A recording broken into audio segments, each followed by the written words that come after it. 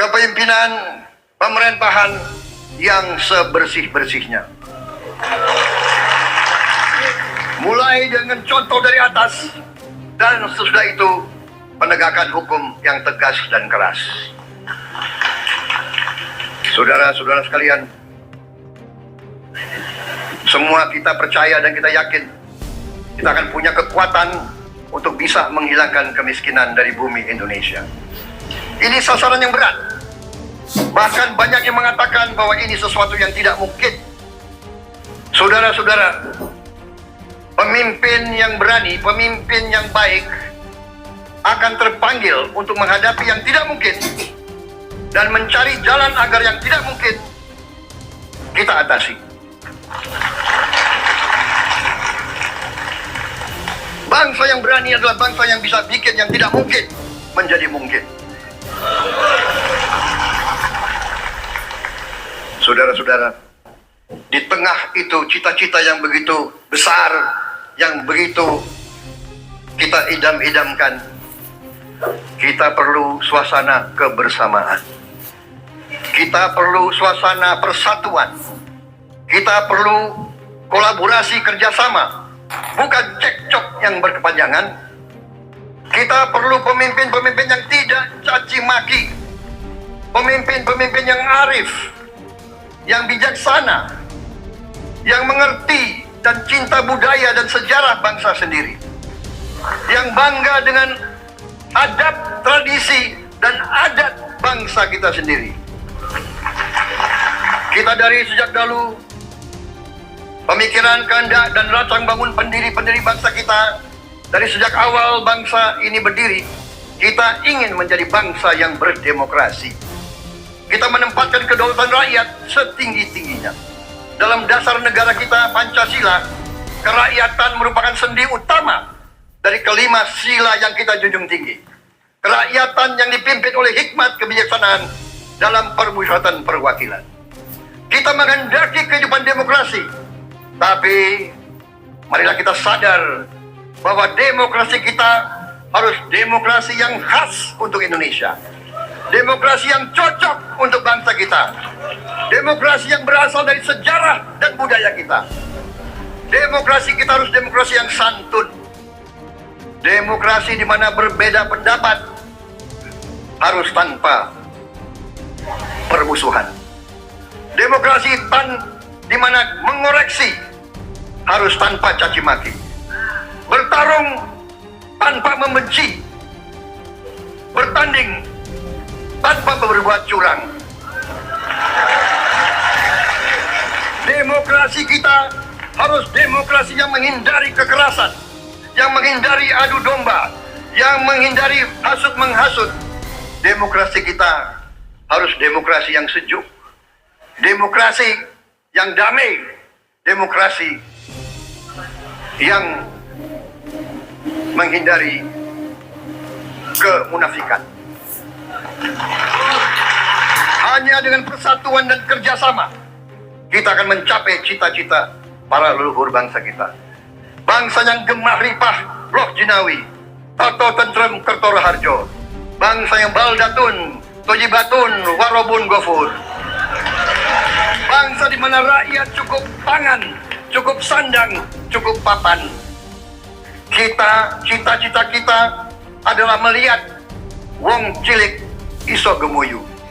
Wong cilik bisa senyum, bisa ketawa. Saudara-saudara sekalian, kita harus ingat bahwa kekuasaan itu adalah milik rakyat. Kedaulatan itu adalah kedaulatan rakyat. Kita berkuasa seizin rakyat. Kita menjalankan kekuasaan harus untuk kepentingan rakyat. Kita harus selalu ingat, setiap pemimpin dalam setiap tingkatan harus selalu ingat, pekerjaan kita harus untuk rakyat.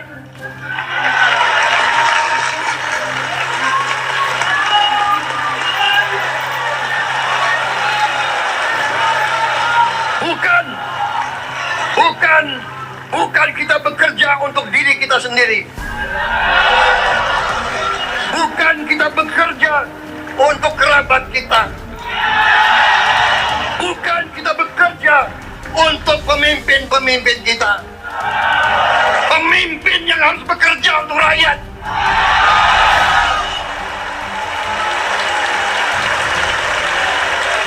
Saudara-saudara sekalian, kita harus mengerti selalu, sadar selalu bahwa bangsa yang merdeka adalah bangsa di mana rakyatnya merdeka.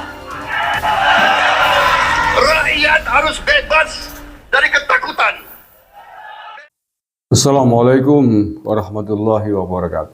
Saudaraku yang saya cintai, saya banggakan, bertemu lagi dengan saya Agus Sumar dari lereng Gunung Slamet di Banyumas, Jawa Tengah. Hari ini 20 Oktober Minggu 2024. Alhamdulillah, acara pelantikan Presiden dan Wakil Presiden Republik Indonesia yang baru, Pak Prabowo Subianto dan Gibran Rakabuming Raka, telah berlangsung berjalan dengan aman, lancar, tertib dan damai tanpa ada aral gangguan dari manapun, dari siapapun. Usai Pak Prabowo dilantik, langsung memberikan pidato perdananya di hadapan semua yang hadir, termasuk tamu-tamu dari mancanegara. Dan di antara yang disampaikan oleh Pak Prabowo dalam pidatonya yang berapi-api, sangat semangat itu, selama hampir sekitar 50 menitan, ada beberapa hal yang menurut saya layak patut untuk kita cermati dan kita renungkan. Di antaranya beliau tadi menyampaikan tentang pentingnya kita bersatu, pentingnya kita menjalin persatuan antar sesama anak bangsa dan melupakan dendam kesumat politik. Pertandingan telah usai, lupakan caci maki, lupakan dendam-dendam politik. Dan paskanya kita harus membangun bangsa dan negara ini dengan penuh kebersamaan. Jangan suka cekcok, jangan diteruskan cekcok politik yang tidak produktif. Itu tadi tegas sekali disampaikan oleh Pak Prabowo. Nah, sekarang kita mari introspeksi kepada diri kita masing-masing.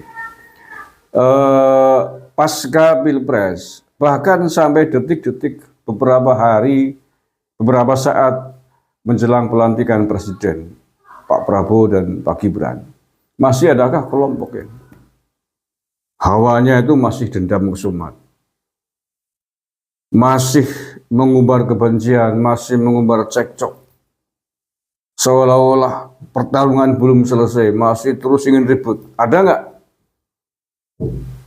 Ayo, ini tokoh-tokoh bangsa, elit-elit bangsa, introspeksi diri. Yang kemarin beberapa hari mau gelar demo, adili Jokowi, ganyang Jokowi, hukum Jokowi, gantung Jokowi, itu siapa?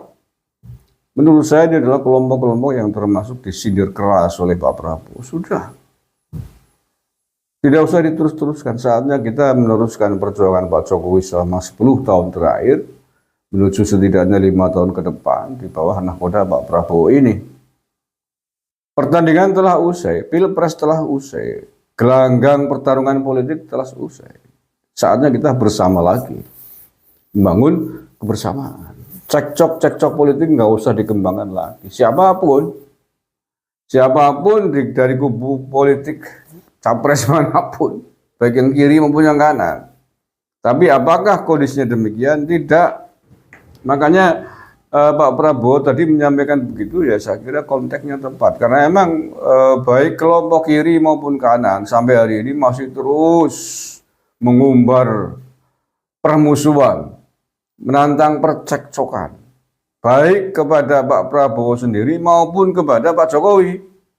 Sampai menjelang beberapa hari mau dilantik, Pak Prabowo masih memaksakan diri untuk turun ke jalan, menggelar mimbar bebas, tetek bengek. Dalihnya katanya forum kebangsaan, tapi kebangsaan pret, merusak bangsaan lah ya. Iya, mereka tidak lain adalah kelompok-kelompok sakit hati, kelompok-kelompok yang dipenuhi dengan dendam kesumat politik, gelandangan politik tadinya. Sehingga sampai Pak Jokowi selesai pun masih terus menyuarakan adili Jokowi, gantung Jokowi. Ya, tahu sendiri kan siapa kelompok gelandangan politik ini maunya ingin mengambil hati Pak Prabowo, tapi caranya salah. Pak Prabowo sudah berkali-kali menegaskan antara Pak Prabowo dengan Pak Jokowi itu satu kesatuan yang tidak bisa dipisahkan. Tapi Anda caranya salah, kalian salah. Ingin mengambil hatinya Pak Prabowo, ingin masuk bareng Pak Prabowo, tapi terus-terusan menghantam Pak Jokowi. Ya ini saya perhatikan begitu, baik yang dari kubu kiri maupun kubu kanan begitu. Ngantemin Jokowi nggak pernah selesai, bahkan sampai mau selesai jabatannya. Baik dari kubu merah mau dari kubu hitam putih itu. Semuanya sama, masih terus menanam dendam kesumat politik kepada Pak Jokowi. Kalau itu diteruskan maka tentu akan mengganggu kita semuanya. Selain juga pasti mengganggu kalian sendiri, mengganggu emosional kejiwaan panjenengan sendiri. Nggak bisa menatap masa depan dengan sehat. Maunya adalah kebencian. Seolah-olah kalau belum menumbangkan, menghukum Pak Jokowi belum puas. Tetapi itu tidak dikehendaki oleh Pak Prabowo. Maka ketika pembagian jabatan kabinet kemarin ya panjenengan nggak dapat dong. Strateginya salah, caranya salah. Pak Prabowo tidak suka permusuhan terus-menerus, nggak suka dendam, nggak suka cekcok, nggak suka ribut. Kita harus perhatikan tentang adat istiadat. Itu tadi Pak Prabowo menegaskan itu. Kita hidup dalam alam demokrasi Indonesia, demokrasi Pancasila, demokrasi yang tentu saja harus dilandaskan atas nilai-nilai adat, tradisi, budaya bangsa kita. Bukan demokrasi bangsa lain yang kalah terus menghujat yang menang terus-terusan. Itu kemudian bangsa lain akhirnya banyak tersulut perang akibat kekalahan politik yang tidak diterima. Kita tidak seperti itulah ya.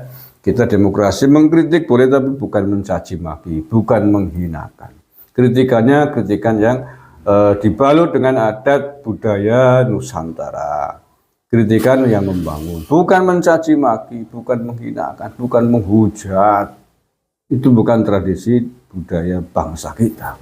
Ditegaskan oleh Pak Prabowo tadi. Panjang, tapi di antara yang pentingnya antaranya itu.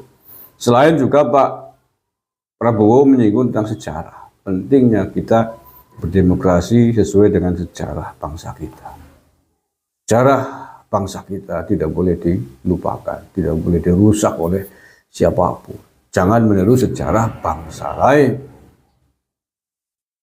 Bangsa ini ditorehkan dengan catatan sejarah oleh tokoh-tokoh leluhur kita, dengan tradisi, nilai-nilai budaya, ketokohan yang dimiliki oleh para tokoh dari bangsa ini, bukan dari bangsa lain.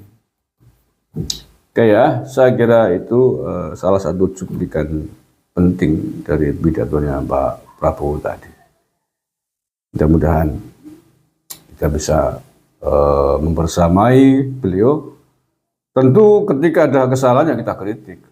Dan Pak Prabowo membuka itu. Tetapi tadi sekali lagi kritikannya adalah kritikan yang sesuai dengan adat adab budaya kita.